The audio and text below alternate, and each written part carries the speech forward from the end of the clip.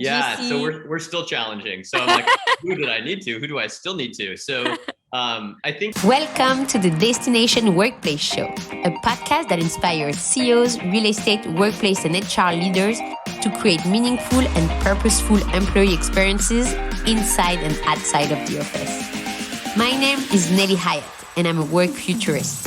And I'm sitting down with leaders to talk about the future of the workplace, their vision and ambition for the next generation of employees, and how to have an impact.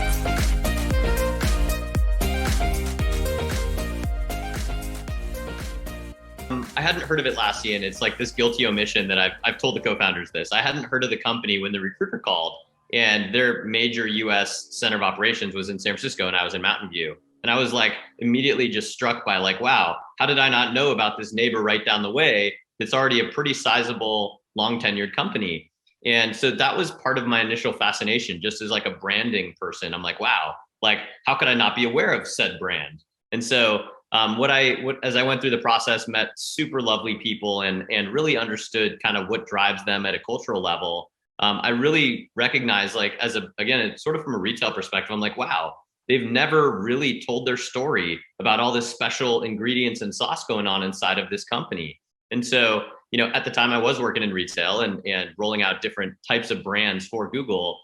Atlassian didn't know they wanted to use this as a branding exercise when they were looking for this role. What I called out for them was what an opportunity they had to use the physical footprint of the company, which was all over the globe already, to really tell the story of the company rather than just doing that on two-dimensional palettes like software, computers, or branding, the way they historically had. And because they're a software company and don't have any physical products, there aren't a lot of opportunities to do that with the consumer. And so that's where the chief people officer who hired me and I really got sort of collectively excited about this opportunity to unlock brand value through continuing to evolve and innovate in our physical footprints. And so that really became the mantra for the team, which is using our space as the third dimension of our brand to really tell our story and let people interact with it physically.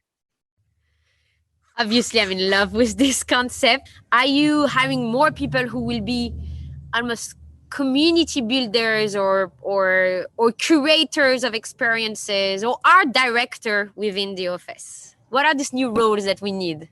Yeah, I think, one of the things that I've been talking a lot to my team about, we're responsible for internal events within our world, which is how do we get together and celebrate and just create community and culture together in person, historically, and office based. And so, we had historically 4 big events per year, 1 per quarter, that would really get the whole company together. And a lot of this, of course, started when we were a much smaller company in a lot less geographies. And so, pre-pandemic, we were really carrying that stuff forward as part of our sort of identity.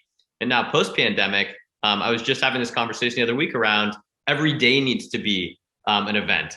And we actually need to think about 365 days of programming. And it, of course, isn't office centric, it's culture centric. And it should be adoptable and digestible, regardless of whether you're in an office, at home, or on a plane, or whatever it is. But we need to be sort of distributing the Kool-Aid in a very different way at a different periodicity now is what we're talking about. So really making that the replacement to the office, events, activities, connectivity to our values and to our culture that don't have 4 walls, but that point you back to the things that attracted you to the company in the first place. I loved what you mentioned, which is having like a 365 program.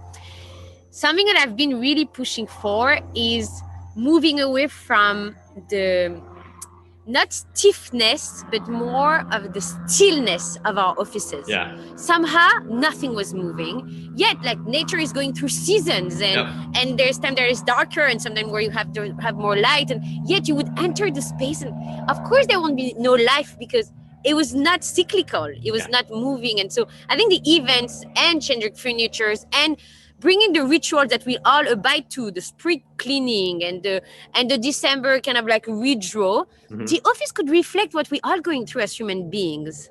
100%. You think about this too? That's exactly right. And one of the things is, all of our offices are different. I was just talking to our head of workplace tech, who's one of my partners on the technology side. And we were acknowledging how no office is the same in our portfolio because we really challenge ourselves to be as agile as our products. And I think that's when you take a retail mentality to it. You get away from this, I built your office, I hope you love it. I'll be back in 5 years, into how can we dynamically continue to evolve this, both based on the new folks we're hiring very quickly, as well as how the product and our identity is evolving and shifting. And now, to your point, I think we get to even accentuate that further around the fact that it's not every day, all day.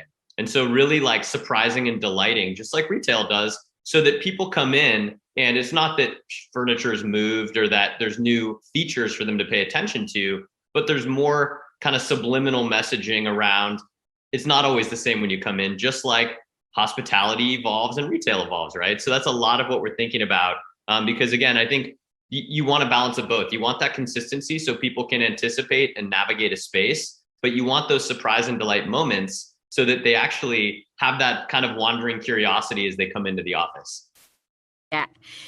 I had a little pride moment yesterday because Fast Company featured one of my pieces where I'm talking Saw about that. Congrats.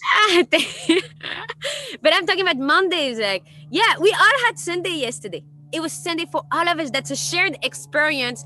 Like, again, it was never acknowledged that for all of us, it's Monday in the office. Let's do something a little different because we all in the same thing. So yeah, that goes back to like, let's be sure we know what is happening and acknowledge this is Monday, this is Tuesday, this is Thursday, this is Friday. And we don't want to thank God it's Friday anymore. We want to like, I'm gonna miss you. Yeah. No, you're right. You have different energy levels at different times of the day and different levels of sort of optimism. Is it one of the concepts that is under Teams Anywhere, which is also like not only anywhere location, but anywhere in your life, anywhere in your time, anywhere in your mind? Yeah. Is it what you mean? That's right. And we're hearing a lot of people in the company that are going, hey, this is really working well for me because from 12 to 3, I can do all these things outside of work, but I like working from 4 to 9. And I've got my teams over in India that are up at 6 that so everybody sort of can optimize for both the role and the time zones and the overlap and the requirements of that, but also figure out how to stitch their life together. And so I think, the key to management that I see right now is really knowing your people at an individual level so that you can give them the degrees of freedom to optimize based on how we're never going to know anyone else the way they know themselves. So it's back to that trust model. And people, if you hire the right people, you should trust them to optimize for their own ways of working and their own personal preferences.